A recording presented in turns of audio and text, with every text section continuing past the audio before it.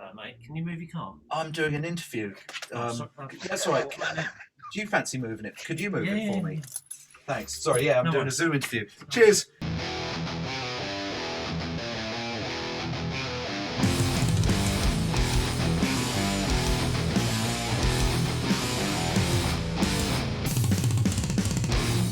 Hello, welcome to Crushing Sounds. My name is Reuben, and today I'm joined by a very special guest, probably one of the busiest drummers in the UK right now, Mr. Darby Todd. How you doing? I'm good. How are you? You all right? Yeah, I'm doing all right, man. Good. Good. Yeah, keeping busy. Yeah, not bad. I've got my coffee, so life is good. Coffee is always important. Yep. Just look at some of your credits here, people you've played with. It's quite an impressive list. We've got like The Darkness, Gary Moore, of course Devin Townsend, Martin Barr, Robert Plant. Like, how do you kind of divide your attention between multiple projects like that, especially quite like varied artists? Um, yeah, that's a good question, and I think the answer is it's difficult. I mean, I've been really fortunate that with most of the stuff I do so far, nothing like really overlaps to the point where I have to sort of let someone down and go, I can't do your tour, I can't do this. And it's just I don't know, you just sort of dig in and do the work. Really, I've never been a drummer that just kind of wants to join one band and do nothing else. For me, that's kind of I worry that would get a bit stale and boring. So the fact that I get to jump between these different projects is cool. But I think yeah, when doing it, you just have to just prioritize things depending on the order that they're coming in, and do the work, and then you go, right, that's out of the way, right, I've got to quickly jump onto the next thing.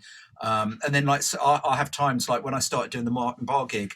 I was on tour with a guitarist called Carl Verheyen in Europe, who's he's done loads of stuff, but the main gig he does is Supertramp.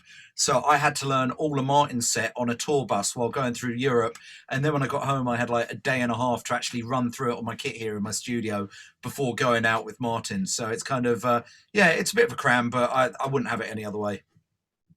Wow, yeah, dedication though. Yeah, yeah, yeah. So, yeah. So, how did you start playing drums? Where was your kind of like origins and influences? I started playing drums when I was like really young. I was about 6 years old, and just started from there. Got lessons, and after a while, realised it was something that I was actually quite good at, and it just came from there. Um, and I used to listen to a lot of my dad was a musician, so there was always music on in the house. So I just listened to loads of different music growing up. Be it like anything from Huey Lewis to Van Halen to Iron Maiden to Toto, like really random. I never sort of listened to one thing and one thing only. Much like my playing career, I kind of just like enjoy every facet of music really, as long as it's good. So yeah, started at 6, and it just went from there until where I am today, quite a few years later on. Yeah, yeah. I mean, like, to be fair, some of the artists you mentioned there, there's some pretty heavy hitters. Nico McBrain, Jeff Porcaro is an absolute legend in the Yep. drumming community. Yep, for sure. You I know, was lucky. I actually got to see him live at Hammersmith Odeon years wow. ago, and I was about 8 years old playing with Toto, and that was pretty cool to see him play.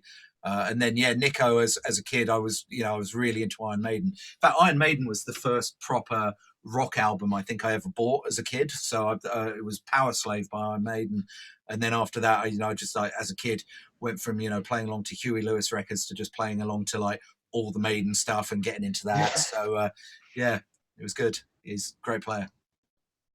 Yeah, that's awesome. There's one thing that annoys me about I guess people looking into the metal community from an outside perspective, going, "Oh, you all you listen to is just metal." It's like, no, like I do love metal, but every now and again, you're going to put some like Enya on or something like.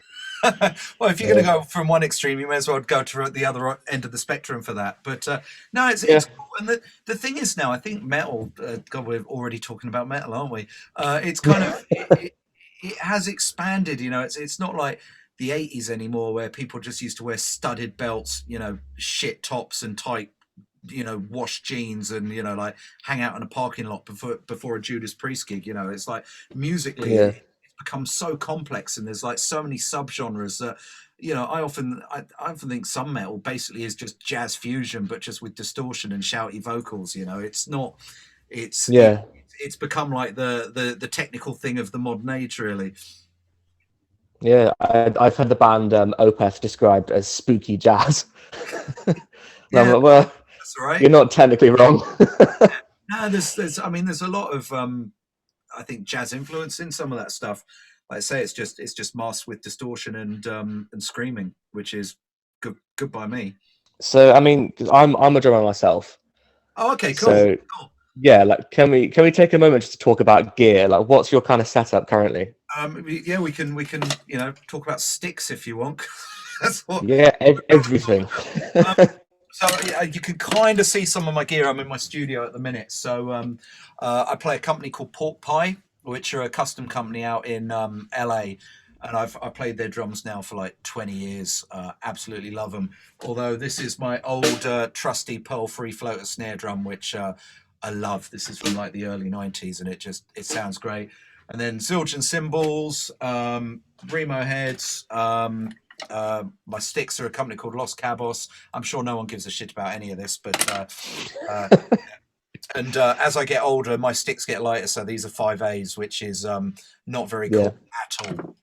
hey, But that's what I play mainly. oh really? Oh, you're old Yeah, time. yeah, Yeah, it's funny. yeah, yeah. I used to use like such massive beefy sticks, and now it's just like no, I can't be bothered. Um, Especially like when you do the more complicated stuff, especially like really fast stuff. It's like I don't want to be holding tree trunks in my hands. Yeah, yeah, exactly. So Like, yeah, so why would you try and yeah, so that's kind of the rundown of my gear.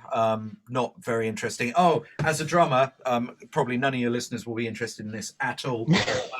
Have you seen these Porter and Davis vibrating drum stalls? No. So these are amazing. So when I'm on a gig where I have to use in-ears, obviously, like the biggest thing is like not being able to hear your kick drums. So when you hit, you can see in the back corner, that's the amp for this. So when I hit the bass drum, there's like a big speaker cone in this, and it vibrates, and it's like that whole bone conductivity thing. So it feels like I can hear kick drum in my head when I can't. It's really cool. Wow. So yeah, you can be on stage and just like really feel like you can hear your kicks, which as I discovered on the Devin Townsend gig is very useful when you have to play some strapping unlagged songs and they're really fast because like if you Yeah, hear yeah, your bass drums, it's like I cannot play them. So that was kind of a lifesaver for me. yeah. I mean, Gene Hogan like is an absolute monster Yeah, on double kick. he's an amazing player. Yeah. And Devon was telling me funny stories actually that like Gene likes to have a nap. He's like quite into napping. So he would go to sleep and sort of like wake up as the intro music was coming on to go on stage, and and they'd be like, "Are you all right?" He's like, "Yeah, Oh, fine." He'd just get on stage and like smash out these blast beats and stuff, which whereas I have to warm up for like half an hour beforehand and hope that I can get my hands up to speed. yeah. I saw Gene play with Testament a couple of years back, Oh, how was that? and it was absolutely incredible. Like just watching him play for like this insane thrash for 2 hours straight. Yeah, And he did a drum solo kind of partway through. Where he quoted loads of different classic stuff. He went into Raining Blood, right. and after the big build up, he shouted into one of the mics, "Don't tell me you're getting fucking tired." The guy's an absolute nutcase. Yeah, that's funny. Yeah, But yeah, what a great player, and actually very sort of influential in that whole world as well. He definitely created stuff, and um, yeah, he was good. And it's interesting because I don't generally listen to sort of blast beat metal. It's just not really my thing. But yeah, having had to play some of it recently and sort of get my chops up, I've listened to a lot more, and I'm just amazed how many different styles of that sort of thing there are, and how many it's not just like really fast right hands and left hands over quick bass drums. There's all sorts of stuff going on. um yeah, so yeah, yeah, that's been a bit of a challenge, but yeah, he's definitely the master of that sort of stuff. Great player. yeah, absolutely. And again, like yourself, has just been in like so many different projects. Yeah, Yeah, it's well. I think the funny thing is, like when as a working musician, if you once you start doing a few different projects, you just start getting called more and more for other things. Um, so it's kind of like the more you do, the more you get, um, which is kind of an interesting concept, really. But yeah, I wouldn't have it anyway, any other way. It's yeah, it's been great, and like the whole lockdown thing as well. I mean, I've been very fortunate having a studio that I can still come to every day, and so knocking out albums for different people. Like I did the Frost album. From here, or did some of it, because there's 3 drummers on that record, and then I also just did do you know Charlie Griffith, the guitarist from Haken? Yeah, I've seen Taken. So just did his album in here as well. Oh, So nice. so yeah, so that yeah, that was even more metal. So I went from not really ever playing very much metal to suddenly having a year of playing like hard rock and metal. So definitely had to get my chops up for that. Yeah, I bet. Yeah. So speaking of recording, you've just released a solo album, haven't you? Yeah, The Reality of Ones and Zeros. zeros and ones, all ones and zeros. Zeros and It's ones. fine. Yeah. Yeah, again, that was another lockdown thing. So when lockdown kicked off, I was on tour with Martin Barr doing the Jethro Tull thing. So yeah, so I was in South America in Chile when it all kicked off, and like we had to cut the tour short and come home on 24 hours notice. And I sort of sat at home for Wow. like 24 hours, and I don't think any of us expected that we are going to get locked down quite as long as we were. But I expected it to be maybe 3-4 months or something. And I was just like, you know what, I've always wanted to make an album. Just as something to do, and I've never had the time to do it, and I was like, this seems like I'm never going to have this sort of time again, or I hope I'm never going to have this sort of time again, because I'm often Yeah. jumping from tour to tour somewhere in the world, and as it is, it took me 10 months to make this record, so I would have never had that amount of time. And yes, what started off as sort of like, oh, I'll just get some friends together and knock up a few songs, and it'll be finished in 2 weeks, it'll be easy, turned into this 10-month project where I did 4 covers of songs that I liked, and then 4 like epic originals that I worked with a few different musicians. And then I just started phoning people that I'd either toured with or played with or was friends with. And I was like, do you fancy playing on my album? And, suddenly I had an album that's got like Don Airey from Deep Purple, Bumblefoot from Guns N' Roses and Sons of Apollo, Yeah. Pear from Meshuggah, Matthias from Freak Kitchen, Adam Wakeman, Justin Hawkins from The Darkness, just like all these people, and everyone said yes. And so yeah, what started out as like a small little thing just got really out of control, and became a much bigger project than I expected. But yeah, it came out really good, and and in a way, it was kind of almost validation to me that I must be doing something right if these people actually want to play on my album. Yeah. Yeah, I look at the credits, I just go, that's insane. Like Yeah. Like it's almost like a I guitarist was I was solo looking at album them. with the people that are on it. It's crazy. Um, Yeah. got like Marco Miniman does double drums on one song with me. He's from that band The Aristocrats, and Yeah. he's phenomenal. So yeah, it started out as a small thing, and got huge, and somehow I've had no bad reviews on it, which is really good. In fact, it got reviewed by Metal Hammer in Italy. God knows why they wanted to review it, but they did. And the guy's one complaint was, he said, "Oh, I was so into the music, I wasn't really listening to the drums." And I'm like, that's not a complaint. That's exactly what I Yeah. wanted. I didn't want to make an album where they go, "Oh, it's a drummer showing off." I wanted to try and make a record that was, actually music that you could listen to. We'll see. I kind of put all the effort into making it, and then didn't really put any effort into promoting it. I was just like, right, I've done it now. I'll just move on, and if people buy it off the website, they do. If they don't, I don't care. So I should really put more effort into promoting it, but it's just seem to have too much on my plate again. So it's kind of like that's kind of in the background of what I'm meant to be doing at the moment. Yeah. Fair. I mean, I absolutely agree with that approach to music. The drums should serve the song. Yeah, for It sure. shouldn't be like just a massive like wank fest. Like I can't really get into Dream Theater anymore. Like, Right. you know what I mean? Yeah. I mean, it's cool to have your little wanky moments every now and then, but pick your moments. Don't just do it over the whole thing. Otherwise, Yeah. I'm sure drummers love that, but I like to look at a bigger picture than just drummers like something. Um, I think it should be more accessible to more people. And you're right, there are bands where just certain things they just get a bit too intense and too full on. The funny thing was, actually, I sent, because Martin Barr from Jethro Tull's on my album as well, and I sent him a copy, and he was I was on the phone to him, and he said, "Oh, your CD's just arrived." He's looking at the back cover, and he went, "Darby, why is the final song on your album 15 minutes long?" He's like, "That's just so stupid. Why have you made a 15-minute song?" And I was like, "Martin, don't give me that shit." I said, "It's people like you that are responsible for the fact that we have 15 and 20-minute songs these days." Like Jethro Tull would make a record that was like, one album was just one song. So Right, thick as a brick. Yeah. yeah, exactly, completely thick as a brick. So he's kind of like, "Oh, point. Okay, I'll let you off on that one."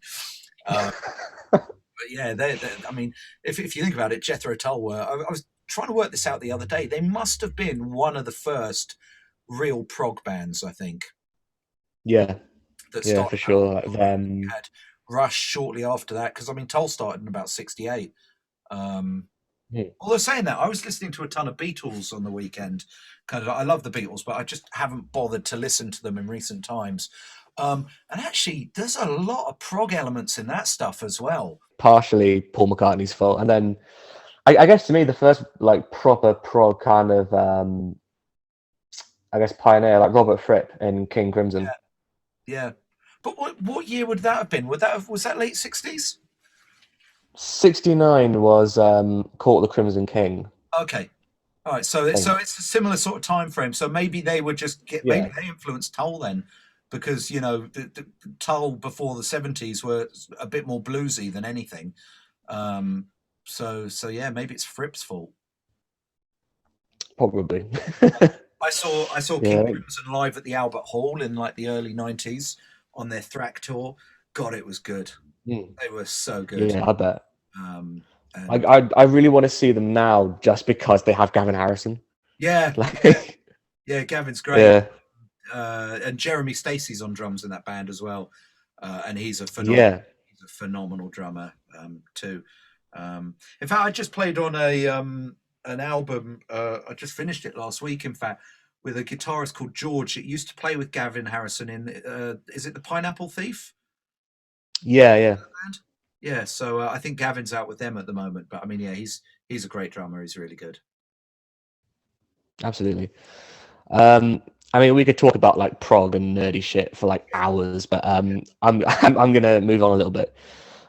So I have to talk about the Devin Bloodstock set. Sure.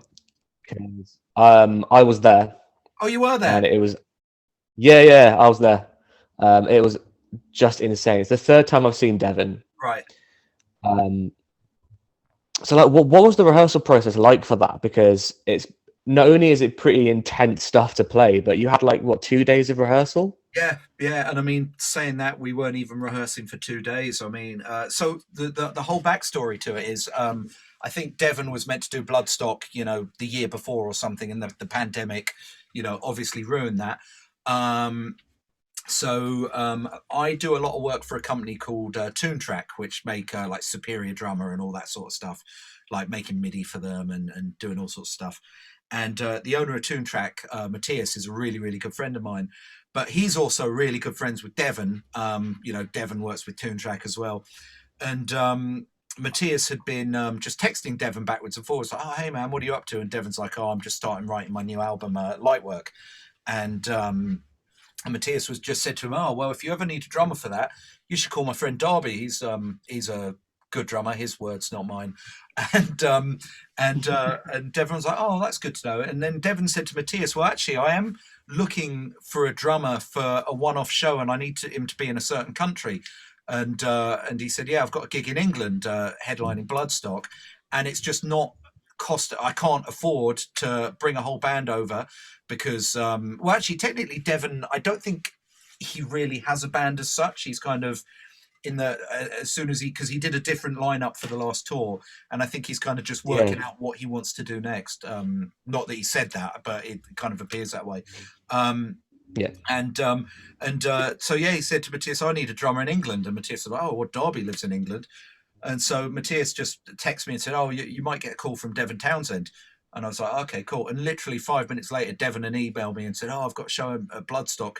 do you want to do it? I've checked out some of your videos online, and do you want to do it? And I was like, yeah, of course I want to do it. And Yeah. but the thing is, I thought a lot about this, even with a recommendation from someone that Devin trusted. Still, a real leap of faith just to expect that people that you've never met will actually do the homework, learn the songs, and pull the gig off. But I think Devin's whole thing, so I'm kind of diverting from your question here, but it's kind of all leading up to it. I think Devin was at the point, he was kind of like, I just want to see what happens. It's fun. It's the only way I can pull off the gig. And he went through hell and back to do that gig.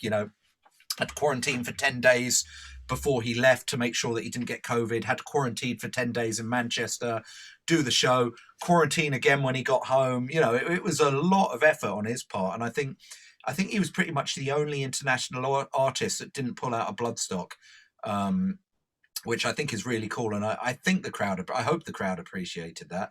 But yeah, so anyway, so that happened. So Devin sent me all the songs to learn, and then he made like rough backing tracks for us. So he sent me some stems in Pro Tools with programmed drums, bass, guitar, so we could kind of all do our work in our own studios. And then we got to Manchester, and we set up, got because we did a warm-up show there, and yeah, literally we had 2 days to rehearse, and and that was it. But rehearsal, all it really was we played through all the songs twice. It wasn't like let's sit down and let's work out this chorus and let's do this and let's do this. It was just like, right, yeah, let's play Kingdom. Okay, that's sounding good. Let's move on. And then you got to remember there's a lot of other technical stuff going on that they had to work out. From the mix to guitar changes and tech things and all of that.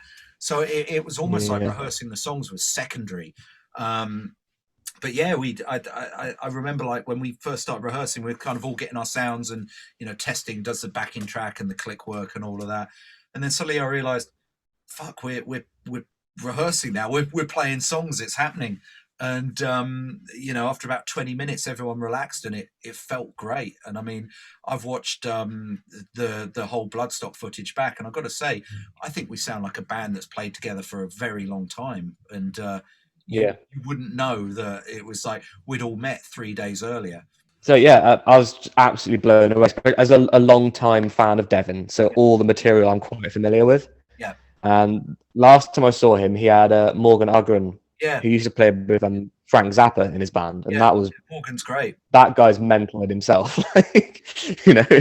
completely crazy. But yeah, because James Leach on bass as well, who plays in Sixth, who is another fantastic player. Oh, he was amazing. And the cool thing for me, sorry to interrupt, is I've been a massive fan of Sixth for ages. I just think they're a phenomenal band. I think they're one of those bands that really almost helped create that whole genre, but never quite got the recognition that they deserved at the time. But phenomenal band. And so I was like, I'm playing with the bass player from Sixth. This is cool. And James he's a really cool guy. Really like him, and a phenomenal, solid player as well. Like bang on it.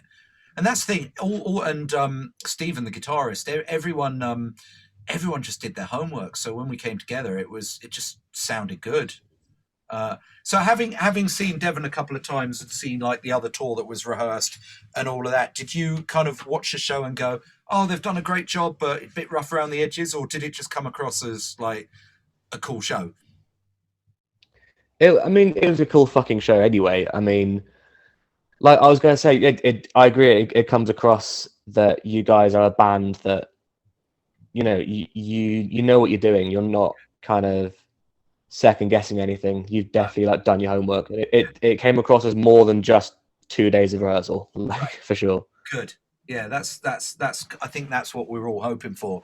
I think we really exceeded Devin's expectations, because I just remember when we were rehearsing, the smile on his face at the beginning was just like, yeah, it's going to work. It's really cool. And it was amazing as well, having so much time off to suddenly get out in front of thousands of people like that and, play some of those songs. It was a lot of fun, and the crowd seemed to enjoy it. I mean, it's not one of those gigs where people are moshing the whole time. It's very much almost to stand there and watch it sort of spectacle. Yeah.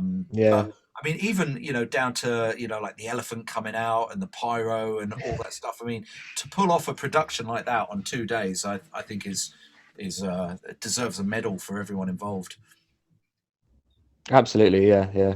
And so you're playing on light work now, right? Yeah. So I got back from Canada a couple of weeks ago, and got asked last minute after Bloodstock. Like, I got a call on Thursday from Devin just going, "What are you doing next week? Do you want to record light work? Can you be here on Tuesday morning?" And I was just like, "Yeah."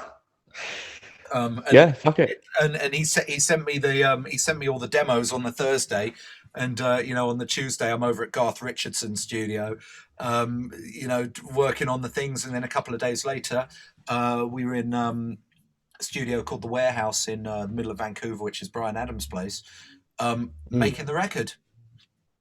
It's kind of surreal, really, but really awesome at the same time. Yeah, I mean, it's very early days. Yeah, I'm going to the Albert Hall show next year Oh, cool. in London. I don't know if you obviously can't say anything, can you? But like, I don't know if you're going to be involved with that at all, or Honestly,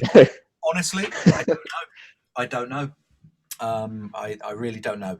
A bit like the record, I finished Bloodstock. Even after I did Bloodstock, it was like everyone had a really good relationship. So I was pretty sure, at some point we would all come back together in some form, or some project or something, not necessarily Devin Townsend, but I didn't feel like I wouldn't work with Devin again. And of course, less than a month later, I'm out in Canada doing the record. So yeah, anything's possible. I think Devin is like really, I think he's really proud of what he's done so far with this record, and he's putting all his effort into the record. I think he's got a deadline that it has to be finished by. So I think until he's finished that, the thought of what's happening on the gigs next year is probably not even in his head right now. It's kind of get the album done, which I think has to be done very soon, and then he'll work that out. But yeah, if I get asked to do those shows, I mean, fantastic. That would be awesome to do. And if I don't, fingers crossed, right? That's cool too. Yeah, it's that, and that's the fun of what I do. Really, is you never know what's going to come next. It's like I say, getting the call to do Devin's album so quickly was cool. So he obviously liked me enough to trust me to do that. And I think I was also fortunate from the point of view to get it, that COVID had scuppered a couple of whatever plans were in place before me, whereas it just worked out in my favor. So I hope people like the album when it's done. Yeah, no man, I'm excited for one. Yeah, I don't know if any demos have leaked out to it, or if he's put anything out there or what, but I've seen like some artwork, right, but not any music. No, not yet. Okay, yeah. Well, I won't give the game away, but I think it sounds really good. I think it sounds really good, and that's the thing with Devin. You never know what you're going to get. It could be death metal, it could be pop, it could be whatever. So I think he's written some really, really strong songs, and I think having Garth on board as well, helping him, has been good, because Garth really knows what he's doing. He's a great producer, and I mean, he's done some amazing things in his time as well. Yeah, absolutely. So, like, speaking of playing with all these different artists, are there any artists out there that would be like your dream to play with, or anyone that you're kind of eyeing up? Like, I wonder if I could get in with them. I mean, I always wonder who I'm going to end up playing with next, and it comes out the blue, and you suddenly look like, when I got to play a one-off with Robert Plant or Gary Moore, and you just go, God, I never saw that coming. But for me, I'd love to play with Paul McCartney. That would be amazing. Yeah. I think that would be my dream gig. That'd be good, yeah. That would be cool. Who else would I like to play with? I don't know. Just we'll see what happens. You never know. You never know. But definitely, if I could do any gig, I would love to play with Paul McCartney. That would be great. Absolutely. Just playing like some of those old Beatles songs and stuff would be, that would be fantastic. Yeah, I mean, that's a really underrated drummer for me, is Ringo, because he's kind of like he's the ultimate butt of all drummer jokes, isn't he? But He's amazing. He's amazing. yeah, it is. He's a bit quirky, but I mean, some of those parts he came up with are just fantastic. Yeah, he's. I think anyone that slags off Ringo just doesn't know what they're talking about. Sorry. Yeah, the best way I've heard Ringo summed up is someone said, take any Beatles track, any B-side or album track or anything, Yeah. and just have like just a drum track playing, you'll recognize the song. Yeah, yeah, exactly. It's true. I mean, that's pretty amazing right there. Yeah, Ringo is great. The other drummer I used to love. I mean, obviously John Bonham was great, and everyone great, and everyone goes, "Oh, Bonham's great." But for me, I think it was actually Mitch Mitchell from Hendrix. Right, yeah. He was just because he really bridged that gap of rock meets jazz, and he had this habit of sounding like he was going to fall downstairs and then not. You know, it's like, oh, he's still caught the one. So yeah, he was great. He was great as well. But yeah, Ringo. I mean, Ringo is so responsible for so much in terms of drumming. And I remember years ago, I went to visit Zilch and Cymbals, the factory in Boston when I was there. And they were talking about, you know, back in the day, you know, we'd come out of the war and the depression and all of that. And, you know, cymbal sales were massively down. And then the Beatles came along and Ringo absolutely transformed the amount of cymbals that Zildjian sold.